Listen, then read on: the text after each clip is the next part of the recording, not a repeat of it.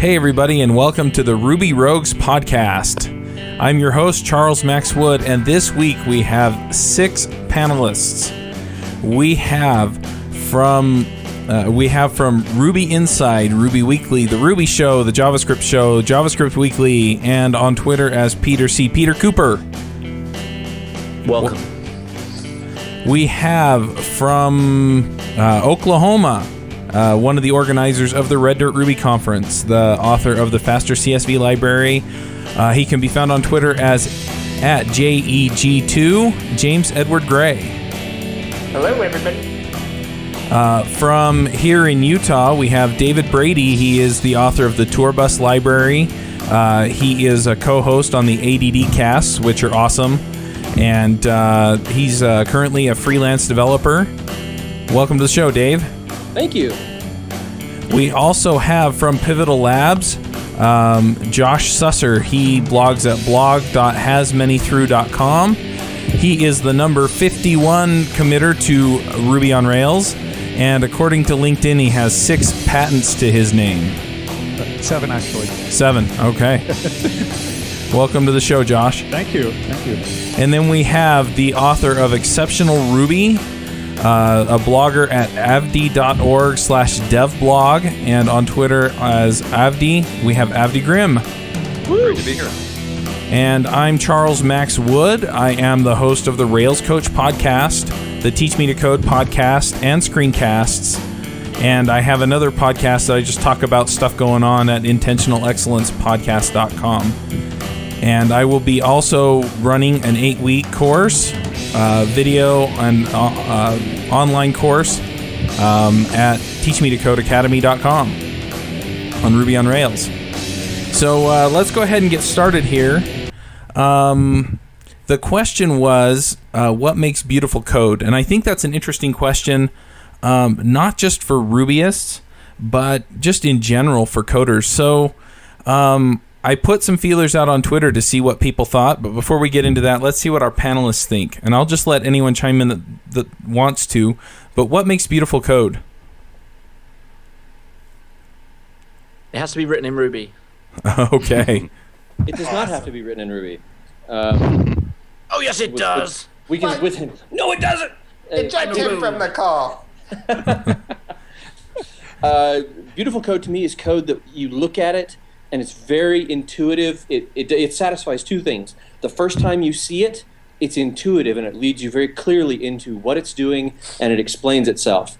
And then every other time that you look at it, it doesn't bore you to tears with stopping you to tell you what it's doing. So it hits that sweet spot between being terse and being explicit, between being informative and being magical. Wow, I definitely want to go after that because I've been thinking about this question all day and what I was going to say on this podcast, and I'm deathly ill and heavily medicated, so I came up with this weird answer that I was sure was just the drugs talking, and it was basically what David Brady just said. I am James Edward Gray's drugs.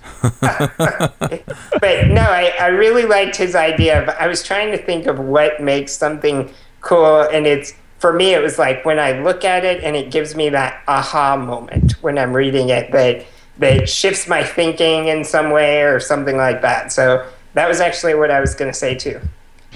So I've been actually thinking about this a lot too. This is Josh. And so I want to put it in the context of the question of what makes anything beautiful.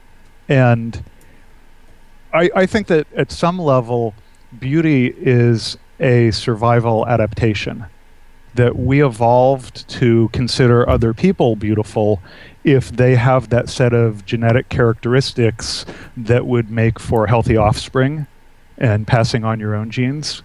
And we evolved to, in certain environments where we would look at things, and if they were things that would help us survive or not threaten us, they would be beautiful, and if there were things that were dangerous, we would find them fearful and ugly. So people look at spiders and get all freaked out because they're dangerous. And I don't think that's the entirety of aesthetic appreciation of things, but it's a pretty good starting point to think of things. And so I think about code, thinking about beautiful code, I think that beautiful code is code that is not threatening to us. It's not going to be a problem for us to work with. It's not going to get us woken up at 3 a.m. And it's code that contributes to our happiness and our survival. Is that way too? That. Is that way too philosophical? No, I actually really like that. The contributing that makes a lot of sense. Survival part. Yeah. So from this, we can extrapolate that Ruby has big wobbly eyes, and C# has one eye bigger than the other and 11 toes. I mean, if you look up Ruby Chan. That's what I was going to say. Yeah. Ruby Chan? Or is it Ruby Chan? I forget. There's a new, it's Ruby Chan, but there was a new one posted. Somebody just came up with one. Yeah, just this week was another one posted. It's an old meme about taking like this Japanese anime girl looking character and using her as a mascot for technical projects. Well, I mean, originally, like way back in Japan, Ruby had a semi official mascot, and it was an anime, red-haired anime girl. And that didn't really translate well, so we got the gem that we have now.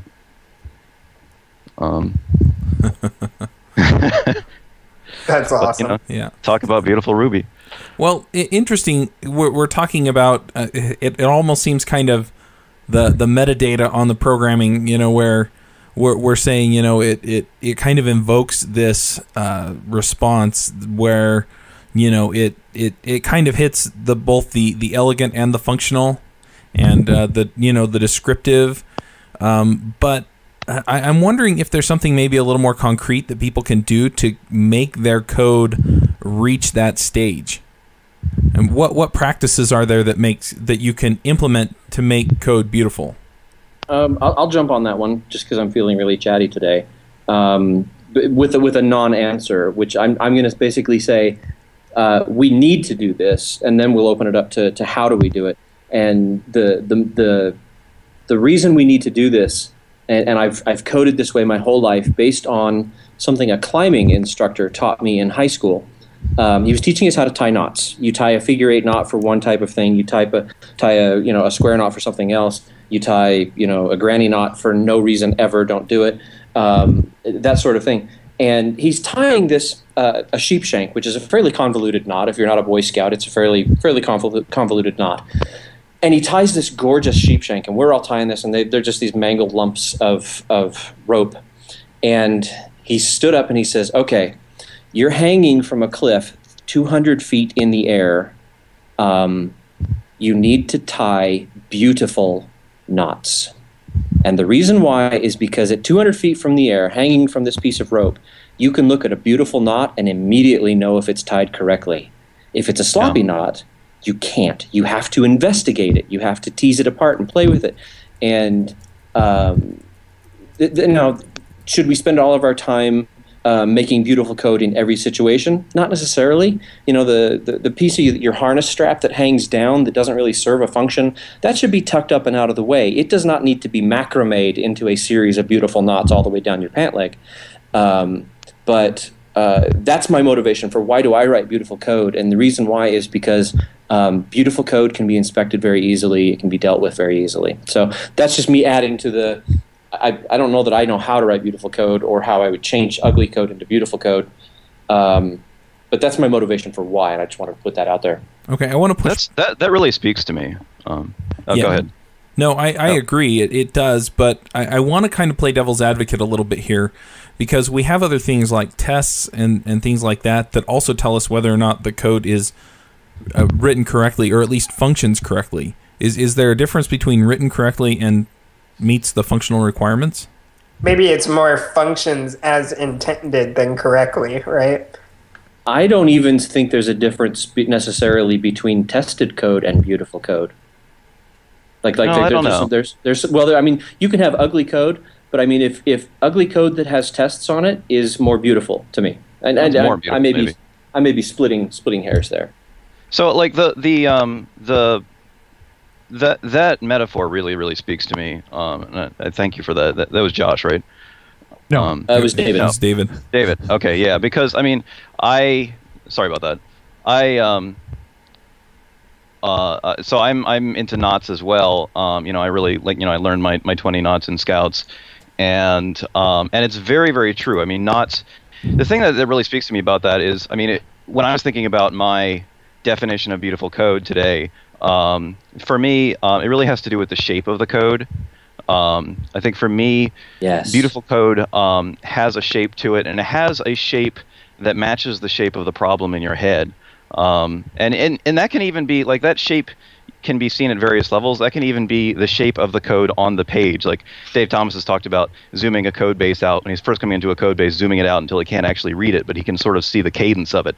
And I think there's a lot of truth there, because when you see certain rhythms in code, or certain shapes to code, you can immediately sort of get an idea for what it's doing. And so beautiful code for me, if you have a problem which you see as a series of matches, and then things to apply to those, things to apply if a pattern matches, then if the shape of the code on the page is is a mapping of patterns to actions, then you have beautiful code, because it's the shape in your head is the same as the shape on the page. And so that idea of a knot really speaks to me, because you can instantly see with a knot, you can see if it's been tied well, because it has that certain shape to it.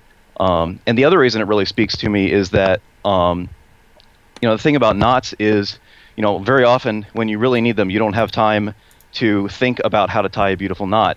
But the great thing about knots is that you can practice them until it's second nature. You can practice the bowline until you can until you can tie it in the dark with your hands behind your back and always get it right. And so I think there are, at the low-level code construction level, there are a lot of things that we can do that that we can just practice until you don't really have to think about it. It's just second nature. I like that image of the shape of the code. Did Eric Hodel show you his audio analysis thing for Ruby code? He's showing it off at Ruby on Rails. Did you get to hear it? I did not. He wrote this cute little script that used, I think, MIDI output or something like that. Oh my gosh, I did the exact same thing. And it would go through a Ruby source file, and every line took a certain amount of time. And if a line was just the word end, it would produce a tone that was the pitch of which was proportional to the indentation of that end. So you could listen to the script play a Ruby program, and you could hear and you could just listen to it and get a feel for what the shape of a program was. I'm not sure if this is the same thing or a different thing, but there was a gem plugin at one point called Gem Sing, and I'm not sure if it runs in modern Ruby gems, but you could install the plugin and then do Gem Sing and the name of the gem, and it did something basically exactly like that. And it was interesting to play with on certain projects. That is so cool. So Avdi, your comment about the shape of code, I so often, when we talk about how to make code beautiful, I will hear programmers say that there should only be one statement per line. You should not ever go beyond 80 characters. You should have all these patterns. And one of the reasons I left Python, and Python's a great language, don't get me wrong, but one of the reasons I left Python was that the mandatory whitespace enforced a limit to how much I could compress the code. And I will occasionally, this is just me, this is a type of knot that I like to tie, I will occasionally write a very sparse function with one line right in the middle of it that's very, very dense. And usually it's some kind of math thing where you're setting up to do this mathematical function, and then there's this 130-character vector operation, and then a little bit of math cleanup and teardown. And people, the instinct, if you're just following the rote of the code should look like this, it should be indented this much, it should have this many characters on it, I want to push back on those people and say, no. Back up and squint at this. You do what Dave Thomas says. Put it in a 4-point font, or just back away from, look at this function on the page, and what does that tell you? What's the most important thing in this function? And they point right at the long line. I say, okay, now what's the most dangerous thing in this function? They point right at the long line. I say, this is a well-written function. You are afraid of the thing that you should be afraid of, and you are ignoring the boilerplate.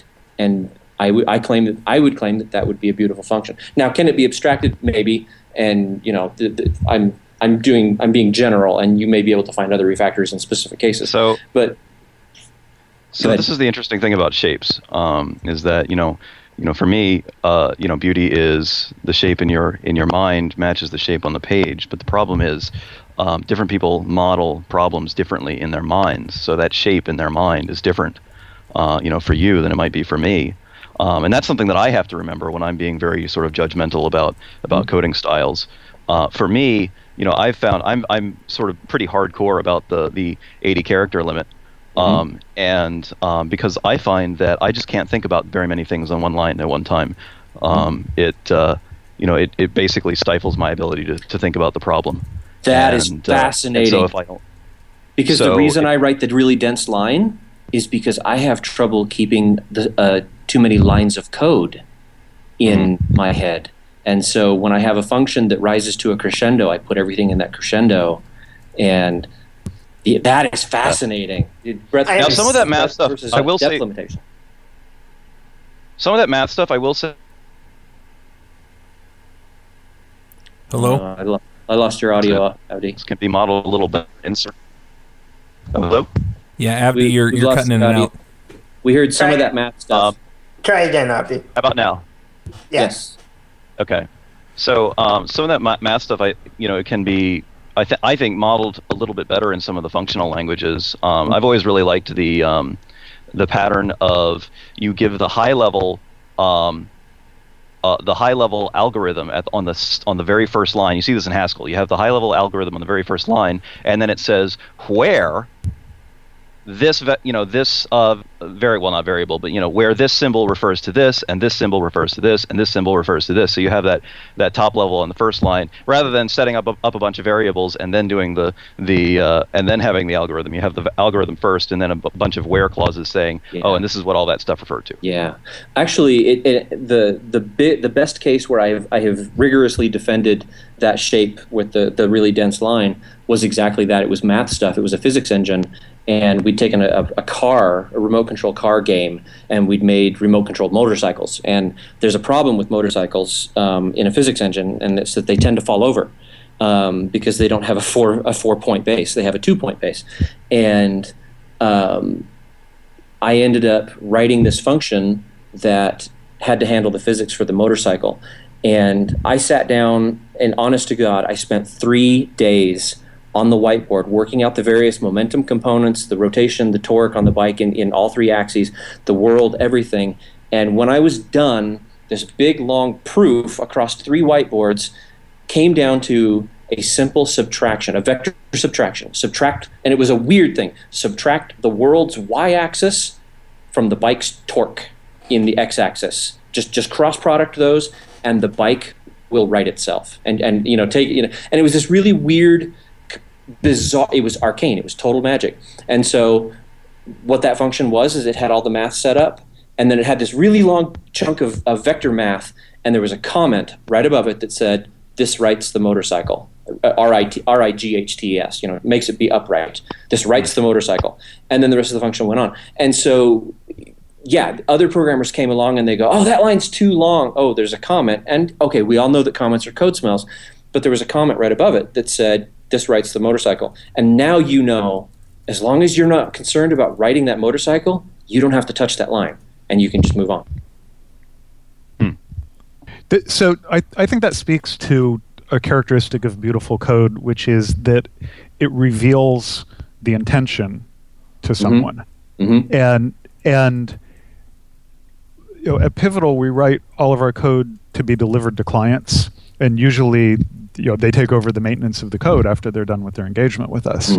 So we don't just write the code to work correctly or to be performant or what have you. We want the code to be something that our clients can walk away from an engagement with Pivotal and own the code and be happy working with it. And I was working on a piece of code yesterday that we got it working, and then we spent as much time getting it into a form that we liked after we had gotten it working.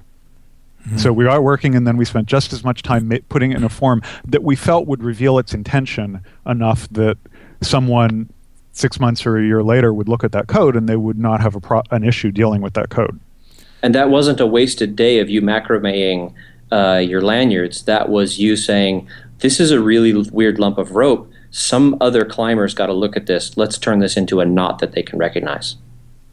Yes, absolutely. So I have to ask then, how frequently, if you want beautiful code, do you have to refactor? Always? Almost always? I don't know how often you have to refactor, but I think you have to think about refactoring all the time. Okay. And so if you're just writing a one-line method, there's not much to refactor there. Mm-hmm. But when you get to the point where you have one of those Gordian knot methods, you need to start cutting it up and refactor it into pieces that do reveal its intention. Because even if to abuse this metaphor, even if you have a really well-constructed Gordian knot, nobody can understand it just by looking at it. Right, but do you refactor as you go then, or do you write the whole thing and then refactor? Well, I like the red-green refactor cycle, where if you're test driving, you get the failing test, you get the passing test, and then you look at refactoring, and you can deal with that at many levels of granularity. You can deal with it at a small granularity where you're looking at the internals of one method. I might want to extract a method or move stuff around within the method, or you can look at it at a macro scale in the large scale organization of the software. But and the large scale stuff you don't do as frequently. But I'll refactor a 10 or 20 line method a couple times sometimes. Right. Before I'm done with it. Mm-hmm. I have to say two things. First of all, I think it's amazing that we chose the abstract metaphor episode while I'm drugged, and I'm just very grateful for that. But two, I've been sitting here listening to you guys talk about, knots and music and stuff like that, and I'm reminded of there have been a lot of brain studies about, what makes experts and things like that. And one thing that comes up over and over again is that they will try to engage more of their senses when solving a problem, because it uses different parts of the brain. And so basically, if you're using, your feeling part of the brain and your seeing part of the brain and your smelling part of the brain, whatever, if you're using more parts of the brain at once, obviously you're doing more processing. And so you generally do a better job. And you can see that with musicians and stuff, right? When you're at the classical concert and the violin player's playing like crazy, he's swaying back and forth to the music, right? Because he can feel it inside of him, and that sensation keeps him going. And it's interesting that as we're sitting here describing what we do and don't like to see, we're trying to invoke a lot of that imagery or feeling or sensation, and it's obvious we're trying to use other parts of our brain as well. That is interesting, and it all starts with code smells, right? And then move on to code music. Yeah, it's interesting. I think that what you were talking about there was very interesting. But there have been research done on deaf people who grew up deaf, and how the linguistic parts of their brain, the linguistic centers of their brain, interact with other parts of their brain. And with hearing people who have a spoken language, and their linguistic centers are wired in very intimately with the auditory processing in their brain. But deaf people don't have that connection. They have that connection between the linguistic parts of their brain and the visual processing centers. And deaf people have so much greater visual acuity than hearing people. It's crazy.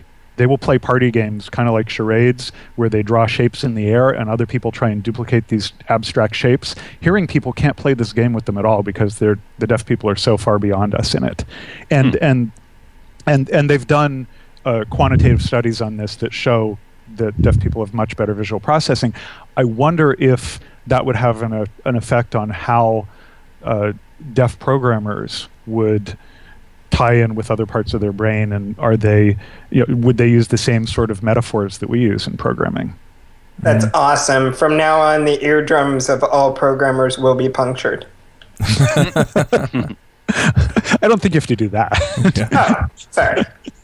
I know I'm definitely a very like audible. I don't know what the term is. Auditory? Auditory, yeah, an auditory programmer. Like for me, I can only the lines of code that I can reason most clearly about are the lines that I can pronounce. Like I have to be able to read it out.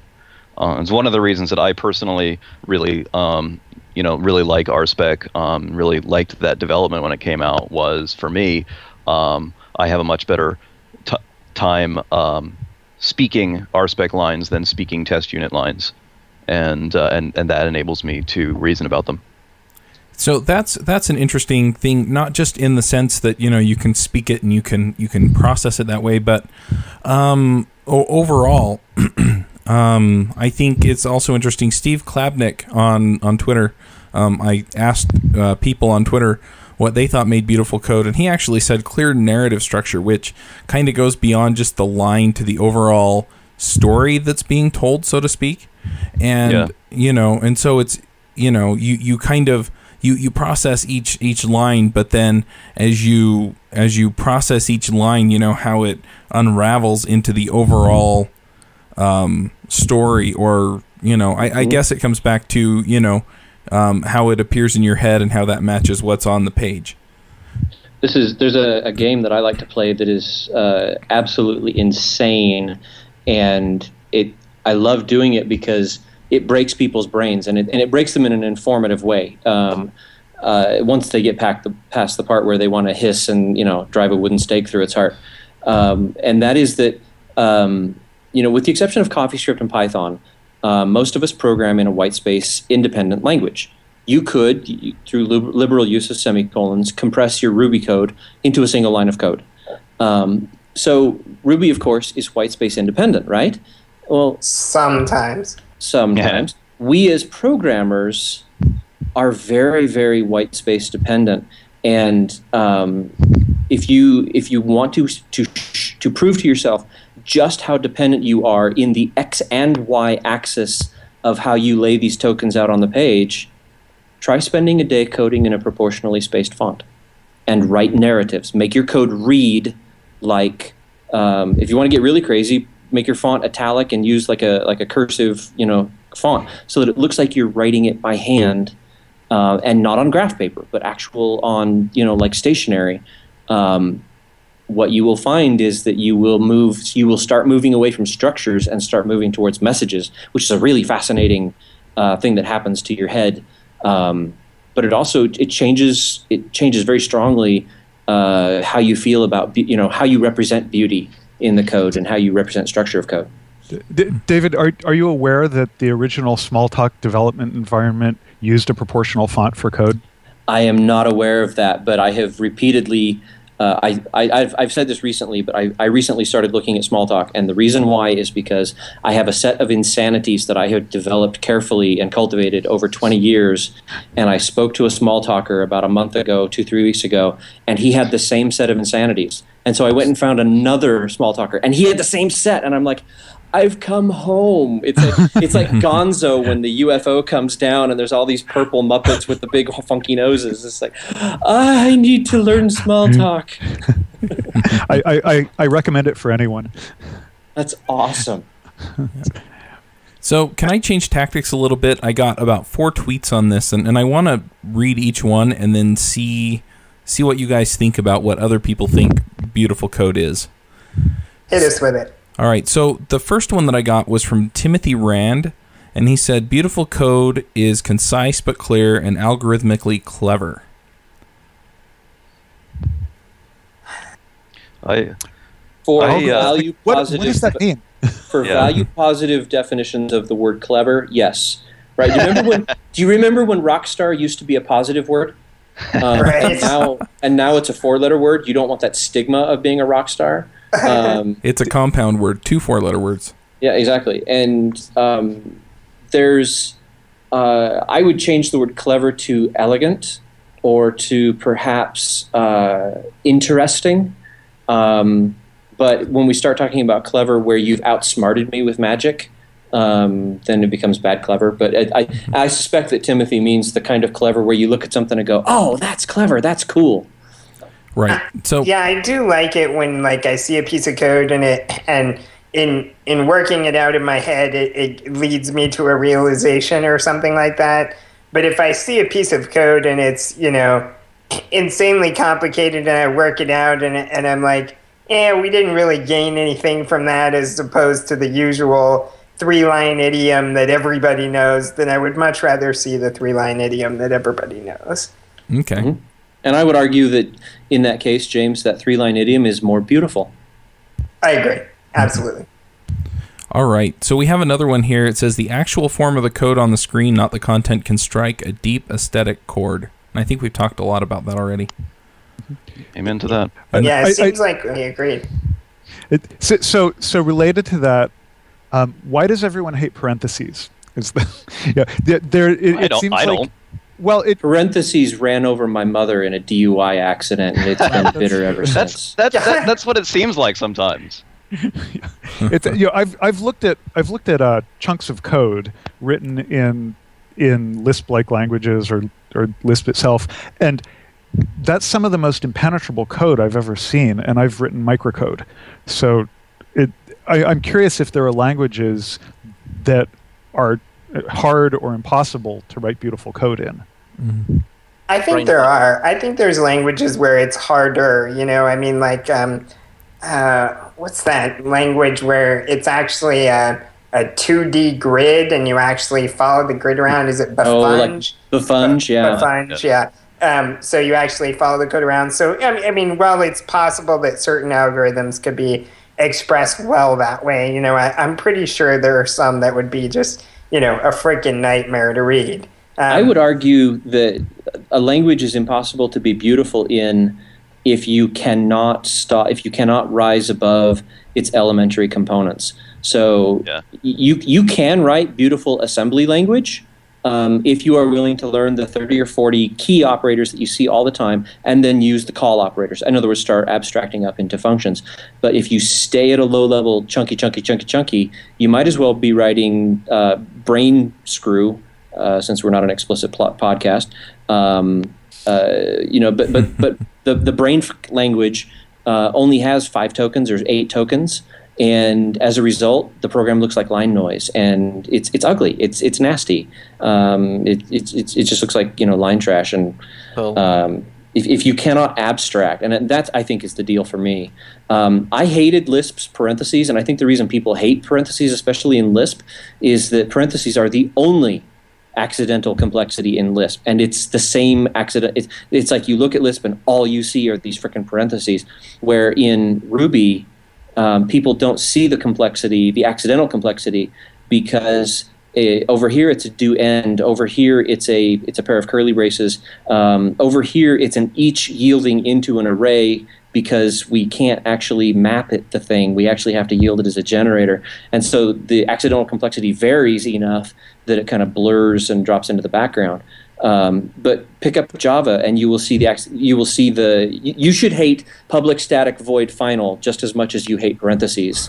That's great. So I want to respond to that in a different mode.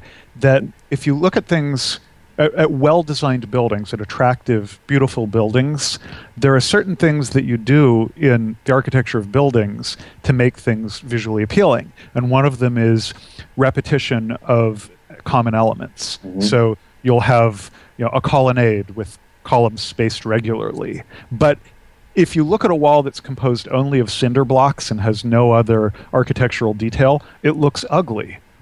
It doesn't even look elegantly simple. It just looks ugly because you just have the same block repeated endlessly. But you can build things out of cinder blocks that look beautiful. Mm-hmm. So go ahead. I think the languages that. Oh wait, I interrupted someone. No, it's fine. Go ahead. I think the languages that let you that lend themselves to beauty may be the ones that lend themselves to a fractal program shape. I think that might be part of the reason that internal DSLs are so popular in Ruby. I mean, the fact that you have this you might have some sort of very high level definition of something, like I don't know, like a chef definition or something like that in this DSL. And yet the form of the DSL is very similar to the form of your low-level code. So you have that kind of fractal feel. I was actually going to say almost the same thing, that David was talking a lot about how we have to be able to build the abstractions. And what I think he basically means by that is we want to be able to slowly morph the programming language into the language of our problem domain so that we can solve it that way. But the key there... Oh, go ahead. Well, I was just going to say that I think in Ruby, we're very tuned to that. Like, for example, if you look at... I've been noticing this pattern in Ruby code that... I want to talk about in one of my upcoming talks, but we use object inheritance in a totally different way. And one of those ways is that we use object inheritance just to give ourselves a space to lock down a DSL, right? Which is basically what active record is, right? You inherit from active record base, not necessarily for the traditional reasons you inherit from something in programming language. It's so that you have this space between the word class and the word end, where you get this magical DSL of validations and associations and stuff like that, right? And that pattern's common in Ruby. We're commonly doing that, defining these localized DSLs so that we can zone in on the problem. Yeah. And amazingly enough, that's a manageable approach. If a lot of the Lisp-like languages come with ways of defining higher level syntax on top of the fundamental syntax, and it usually ends up being just a big mess because people go off and define their own syntax, and there's so much flexibility there that you can get lost in it. Mm-hmm. All right, we have one more tweet that I want to put out there. Rob_Rix, that's ROB_RIX on Twitter. He said he had two things. He said readability, methods and variables self-document and are not too clever, which is kind of different from Timothy Rand.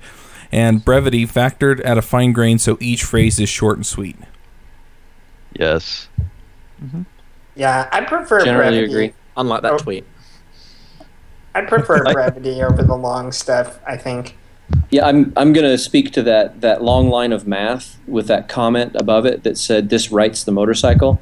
Why didn't I, for example, just write motorcycle? This was in C, but motorcycle or P motorcycle arrow write self. I could have done that. I could have called a function on the motorcycle object. Actually, it was C, not C++. So I would have called a function on the structure. And the question is, why didn't I do that? And the answer is because I was writing C for the PlayStation for a video game, and I did not have enough time to set up a function call stack. I didn't have I couldn't afford the overhead of a function call. Anybody remember that? Anybody code in the 1990s when you couldn't afford to call a function? And so it was idiomatic. Still basically the same in Ruby. Yeah, but I mean, it's we ignore it and we try to avoid it. We try to paper over that, and so it was an acceptable idiom to the team that my physics function was 250 lines long, and it was because it had to be because it couldn't call any other sub functions. So what you didn't have an optimizing compiler that would inline? This was 1999, and the PlayStation tools were actually circa 1978. Game platform compilers were really way behind the state of the art back then. I remember the physics function ended up getting to the point where it finally reached 800 lines of code, and the program suddenly dropped. Our game suddenly dropped from 30 frames a second to 15. And we went in and debugged it, and we found out that the physics function would no longer fit in the function cache on the PlayStation. And so we had to break it into two separate functions so that it would fit in the cache and stay in the CPU's RAM. And so adding a function call actually doubled the speed of the program back up to 30 frames a second. Wow. So, that's nice. I think that's an interesting point, though. Like, as I've evolved, I've grown to hate comments more and more. And originally it was like, comments are great because they tell me what it does, and then I realized that they lie to you, you know, a lot of the time, and I was like, oh, maybe that's not so good. And then it was like, well, it's okay to put a comment when something's tricky, and I need that little explanation hint. And then more recently, I've begun to realize that in that case, you just wrote the code wrong. You know, like I used to write these like in test unit, I'd write like assert and then something, and then I'd put a comment at the end of the line telling me why I did that thing, what it meant, right? Until I realized eventually that assert has that second argument, which is for the failure message, which that's its job, right? That's what it's supposed to do, tell you what went wrong. So you just move that comment into the message. I have this working rule that says, you know, if I write a piece of code, by the time I'm done with the code, somebody should be able to come in and code review the code and say, this is so obvious an idiot could have written it. Why are we paying you? Now I can't say that I always you know, hold to that rule, but because you couldn't have done it yourself. But you know, I keep that rule in my head as sort of a counterbalance to my natural inclinations as a hacker to do clever things. You know, it's just kind of my personal kill your darlings rule, the rule of make it so simple it looks like an idiot could have done it. If your code is so simple that it looks like an idiot could have done it, that leaves you free to build an application that blows people's minds. Mm-hmm. Exactly. Yeah. So I have a comment. Chuck's going to start cutting us off for time here. Yeah, but, about 2 minutes. Has anybody ever had the experience of working with dishonest code? I wrote a rant about this a while back, where like young programmers will spend all their time sneaking up on the compiler to try and trick it into giving them the answer that they want, instead of just saying, I want this, do it. And break it down and break it down correctly. And just because I'm the king of the inappropriate metaphor, I feel like sometimes, is there a difference between taking some code and saying, I love you, sweetheart, but we need to improve your character. We need to you need to sit up straight and have good posture, and you need to wash, you know, your armpits, and you need to bathe every day, and you know, to improve the character of your code, versus slicking up a fat daughter for a beauty contest. Okay, you guys are laughing, so you know what I'm talking about, right? In the code, right? Has anybody had that experience of working on just outright dishonest code? Okay. Really quick story about dishonest code. One of my favorite lines of code ever was a line of C code that it was a pound define, you know, which is basically like a global constant definition, and it said pound define 7, so the word 7 equals. Well, it's not an equals in a pound define, but basically pound define 7 equals 5. Awesome. The numeral 5, I'm not done. And then there was a comment next to it that said 12. Wow. Wow. Oh my gosh. So it was two lies in one line. The best one I had along those lines was about comments will lie to you. And I tracked down the history on this one. It was assembly language, and the line of code was XOR EAX, EAX. If you know your assembly language, if you XOR a number with itself, you get 0. And on 286 era processors and older, it was faster to do that than it was to move a 0 or write a 0 into the EAX register. And hint, the 286 didn't have an EAX. So there's your first code smell. It's just as fast to just say put a 0 in EAX. The comment next to it was put 1 in EAX. Ouch. And somebody had written put 0 in, or put a 1 in EAX, and so it was move EAX, 1, and then they changed it later to move EAX, 0, because they were putting the wrong constant in. And then somebody came along, and they didn't update the comment, and then somebody came along and optimized it to move EAX, EAX, and left the comment put 1 in EAX. And the end result is, unless you were familiar with this 1980s era assembly language optimization, that this is actually a 0, you would believe the comment over the code, and down the road you would go 180 degrees out of phase with what was actually in that register. Wow. That's kind of interesting, but so just to throw a counterexample to what we're discussing here, one of the things I did recently at the OKRB meeting, I wanted to try to bring up a topic that could help everybody. So I just went in and did like a Ruby-H in a shell to show all the command line options. And we just started going through the list and walking down them and showing them to people. And along the way, we covered things like -P, -N, -I, which allow you to write simple Ruby scripts at the command line. And I actually use those a lot. I'm pretty big on using Ruby in my shell whenever I can to help me out with things. And I started showing tricks like argf, and then I showed the one where you can do if regex range operator regex.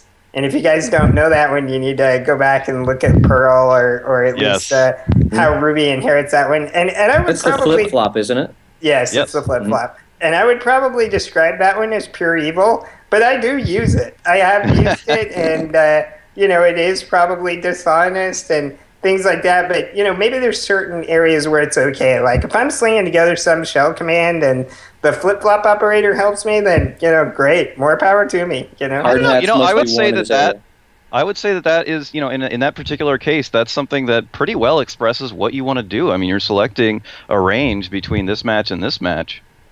Mm-hmm. And James, you spent a lot of time processing log files. Otherwise, you wouldn't have written the faster CSV library. And the flip-flop is beautiful for that, right? It's start processing once you've finished processing all the header pragmas of the file. Now process the guts of the file. Now stop processing because we reached the footer of the file. What's funny about the flip-flop operator is try to expand it sometime. I mean, seriously, try to expand it into, the code that it requires to do the same thing. Just to start, you're doing regex range regex, whereas really it should be something like, $_ matches regex, $$ matches regex. But even then, you need a variable to track state and when you've got a state machine in there. Yeah, am I done processing the header? Am I done processing data? Yeah. Yeah, it's an interesting, concise thing, and even like maybe to give a simpler example, almost every bash shell example I see, if somebody doing something in bash where they want a conditional, I would say that the and or operators are way more popular in bash as conditionals than using an if, because the if in bash is clumsy, whereas the and or is very concise and simple, and it does a conditional. And very elegant, yep. Yeah. All right, well, I've got to cut it off so that we can get through the picks and still end in less than 13 minutes. So we have two guest panelists, so I'm just going to explain really quickly. The picks are really just anything that makes your life easier. It's cool if they're code-related, but they don't have to be. So just any tool that you're using or anything like that. Let's go ahead and start with Peter. We haven't heard from him for a while. Yeah, but was it Josh that was talking about dishonesty in code? No. Oh. Everyone's confusing it. Everyone's confused. Everyone thinks Josh said everything in this podcast. Well, that's usually how it goes. Episode. Yeah. I was just going to say, the main dishonest thing I see is where people just don't put tests in, but they put the whole test harness and everything in, and then you download the library and run the test, and it's like, pending. I absolutely hate that. That is very ugly code. So, just to bring in one thing that's slightly relevant to this, you may have heard of a guy called Michael Edgar. I think he works for Carbonica. He's been working on his thesis, which is called Static Analysis for Ruby in the Presence of Gradual Typing, which I know sounds super, super exciting. But it's basically resulted in a project called Laser, which can be used to perform kind of static and semi-static analysis of Ruby code. And he's put together this toolkit called Laser, and it allows you to do lots of really cool things, like analyze, the scopes of things, where scopes are perhaps wrong within code, where it's hard to tell, certain things that are going on, blocks that are being ignored, stuff like that. And I think Laser could eventually be used to produce some really good code beautification tools and all that kind of stuff. So I'm going to put in the link to his project for that, and his if you want to read his thing. That's my one thing. I'll pass it on. Not to mention his blog posts are fantastic. They are. Where's his blog? Just put a link in the chat, and we'll add it to the show notes. Yeah. All right, Dave, go ahead. All right, so I always do something weird. So I'm going to do something just plain Jane vanilla and already in your toolkit probably, which is Minitest. Especially if you require Minitest/spec. I love RSpec and I love Cucumber because I love those DSLs and I love writing expressive. I think expressive, beautiful code. I'm not a huge fan of straight up test unit where you have the assert. I love actually speccing things out and saying it should behave this way and it must do this and that sort of thing. And I was really kind of wary of Minitest until somebody showed me Minitest/spec. And it's for vanilla RSpec, it's a drop-in replacement. I mean, it's the same syntax, it does the same things, and it's already rolled in with Ruby. And so I believe it does not do as much monkey patching and craziness and weirdness as RSpec does. And the other simple tool actually has simple in the name. It's a gem called SimpleCov. And you include SimpleCov, and then in your test harness, the very first thing you do before you require even your test framework, before you require any of your libraries, you require SimpleCov, and this turns on coverage logging of every file that gets touched after it loads up and starts, and it emits it out to a cov directory or a coverage directory. And those two tools make it so that on a brand new project, you have code coverage metrics in under 2 minutes, and you're up and running and you have coverage, and there's no high ceremony. It's just give me coverage, give me test, let's go. All right. James, go ahead. Okay, as I said many times, I'm drugged, so not clever. So instead, I'm just going to list the things I've been reading lately that you should be reading too. And so I will start with the reason both Avdi and Josh are on this episode is because they write awesome blogs about beautiful code, mostly, and or at least ways to get there, or what good code practices. So I think you should read both of those blogs. For Josh, that's Hasmini Through, and Avdi's is Virtuous Code. Is that right, Avdi? Yeah. Okay. So those blogs, Google them, and if you're not reading them, you need to. They're amazing. Avdi recently did an awesome post on Ruby's warnings and why they're amazing and why you don't understand them, and that should be required reading for all Ruby developers. And Josh has an awesome post pretty high on his blog that's about improving readability by using Booleans to indicate true-false symbols in the place of the Booleans as flags. And I've actually written about that exact same topic on my blog before, so I totally agree with it. And it's a great idea, it's stupid simple, and it makes your code better. So both of these blogs you should definitely be reading. And then for non-code, I've been reading John Ronson's The Psychopath Test. And it's a really great book about how he slowly gets into the world of identifying psychopaths and learns what the tests are, and you get the little criteria for how you should spot psychopaths. I'm only about halfway through the book at this point, and already I'm thinking about family members I know and ticking them off on the test, to see how far down the psychopath scale are. So I really recommend that everybody read this book, because next time you run into me at a conference, I'm probably sitting there listening to you talk, rating you on the psychopath scale. So you might as well at least be doing the same thing to me. So I recommend the psychopath test. They actually had an episode of This American Life on the psychopath test, and it was really interesting talking to people who had passed the test and failed the test. And yeah, it was really interesting. It is very interesting. All right. Well, I'll go ahead and go next. One thing that I've been using a lot lately, I mentioned before that I got a virtual assistant, and she's actually been helping me post a whole bunch of stuff. And she's actually posting all of my podcast episodes now, and I just pass them up to her, the raw WAV files. I pass them up to her using Dropbox, and then she processes them and uploads them, sends them, I get them back so I can put them in videos and stuff. But anyway, so that's one tool that I highly recommend is Dropbox. Another one that I've used in the past to kind of get a feel for what's going on in my code, and it doesn't necessarily lead you down the path of beautiful code, but it can point out problems in your code, and its implementation is Metric Foo.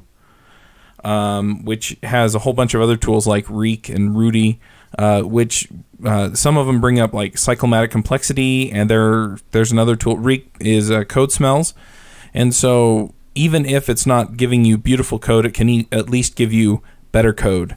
And so I'll go ahead and put that in as well. It's something that I've really liked and I've used in the past. And you can hook it into your CI machine and get the reports like every week and see where you're improving and not improving. I want to say there's an updated version of Metric Foo out there called Metricality. I'll look for that and include that if I'm right. Okay. And then let's go ahead and let Josh give us a couple of picks. Okay, cool. Yeah, I got to say, this is one of my favorite bits of the podcast, is all the interesting picks that people put out there. So I have two. Last week, there was a fair amount of time that the panelists talked about fixtures in Rails, right? That was last week? Yes. So one of my picks is the Fixture Builder gem. I don't know if anyone's familiar with that, but it was loosely based on the Fixture Scenarios library that Tom Preston Werner did way back when. Well, way back when was a couple years ago, I think. And so one of my fellow pivots, Ryan D., he's RDY on GitHub, has this repo called Fixture Builder, and there's a gem from it. And what it does is you can programmatically create objects and populate your database using whatever technique you like. You can just directly allocate active record objects. You can use, Mechanize or Factory Girl if you're that crazy. And then once you've populated the database, Fixture Builder will dump the database into a bunch of YAML files, and it will create names for them based on rules about which of the fields or attributes in the records should be used to name it. And this, I think, gives you the best of both worlds in dealing with fixtures. You can create them in whatever style you like, so you don't have to be dealing with the YAML files and figuring out what ID and when one YAML file should be hooked into the other YAML file. And it's a lot more robust than the Foxy Fixtures hash-based associations. So you can create them however you want, and then you get all of the benefits and speed of having YAML-based fixtures. I am going to track down Ryan and give him my personal thanks, because last week I took a legacy project and a set of key models. I added a method called fixture name so that I could build YAML files out of the database, because everything depended on the structure of their data. Yeah, and I should say with one little bit of advice around there is that Fixture Builder works best when you start your project with it. Trying to retrofit Fixture Builder into an existing project is much more difficult than I would like it to be. But when you start with it, it works pretty well. And I think the problem with transitioning to it is that usually people create a lot of ad hoc test objects in their tests, and the Fixture Builder works best if you're using what at Pivotal we call the cast of characters pattern for fixtures, where you want to have all of the different scenarios that you're testing for present in your fixtures all at once. So you may need to come up with a list of players, the cast of characters for your, or what is it, dramatis personae, for all the fixtures that you're using, and you want to make sure that you're not breaking things when you add new fixtures there. So all right, that's pick one, and I have a very quick pick for the second one, and that is Vivo Barefoot shoes.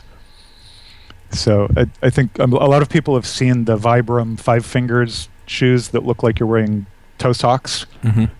And I have a pair of those, and I love them. They're actually really great shoes, very comfortable. I've been caving in lava tubes with them. They're very durable. But I don't like that they don't look like shoes, and they also don't have much protection on the top part of the foot. So if I'm riding on the subway, people can step on my feet, and I go, ow.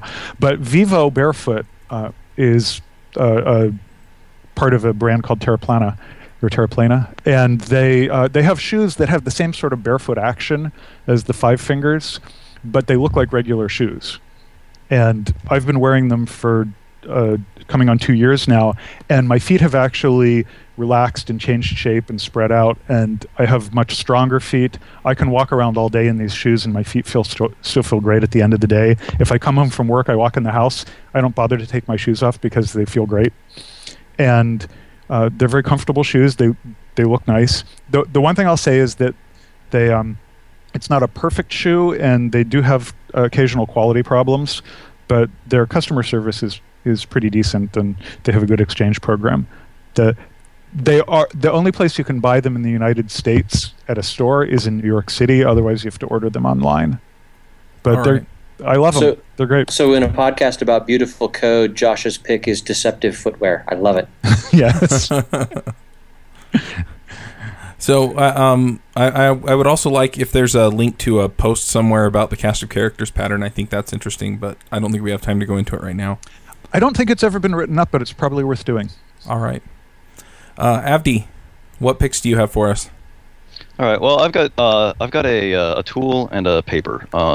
The tool it's not that new, but I've been getting really into it lately, and it's been really nice. It's called Guard, and if you're familiar with Autotest and RSpecter and various attempts that have been made over the years to auto-run tests in the background as you change your files, it's sort of in that vein, but it's a lot more generalized. So it has this amazing array of plugins where you can plug in your tests, so it'll run your tests for you as you edit your code. You can plug in Spork, so it'll restart your Spork server every time you change something that has changes the overall application environment. It'll restart Passenger for you with the appropriate plugin.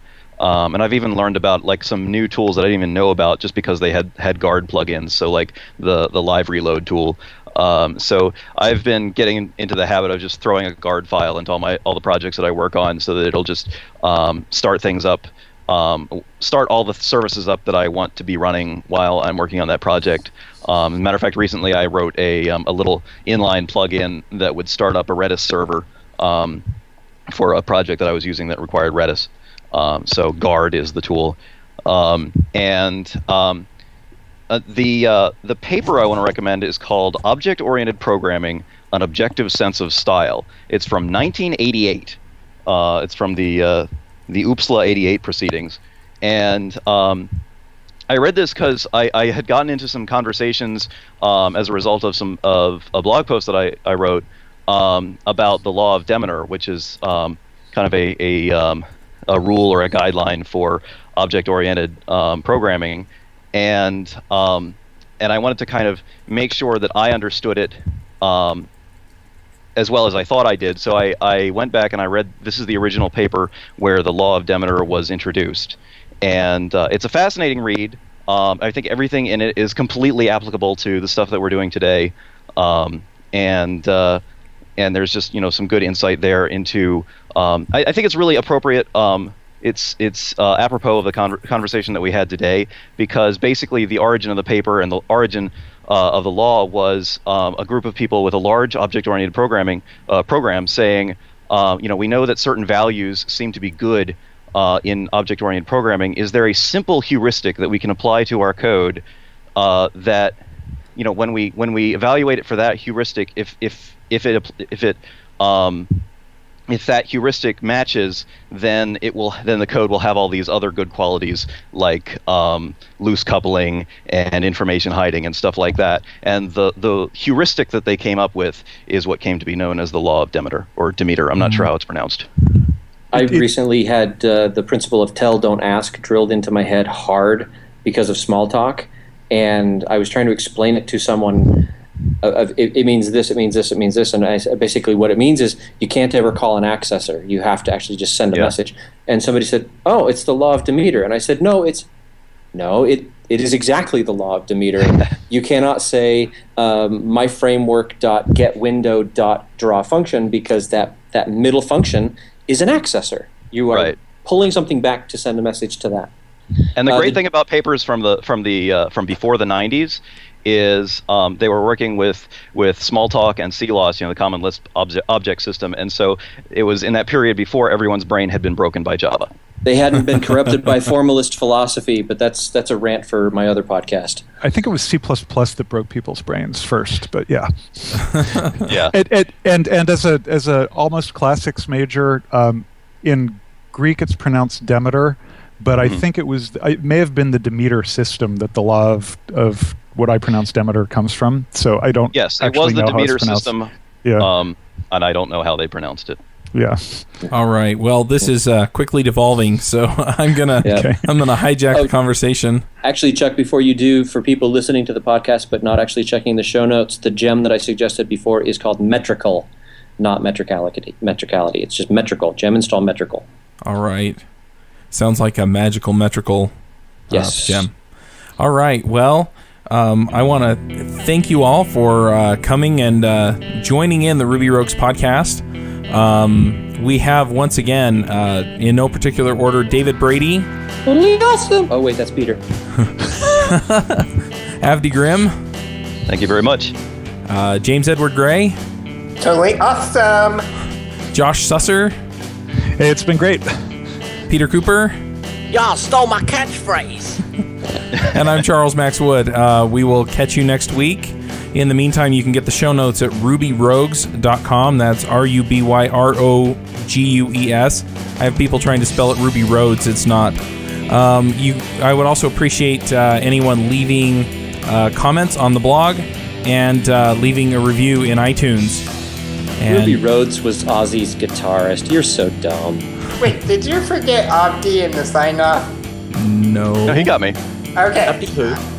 I must have just had trouble paying attention. all right, give me some credit The here. drugs are kicking in. Drugs are active. Yes. Yeah, if we hear some major keyboard mash and then James is silent, we'll know what happened. All right, so thank you again for listening. We will catch you next week where we'll talk about something else interesting and involved. If you do want to hear about something, go to rubyrogues.com, click on Request a Topic, type in what you want us to talk about, and if it gets enough votes, we'll give it an episode. And that's it. Thank you again for listening. Thanks, everybody.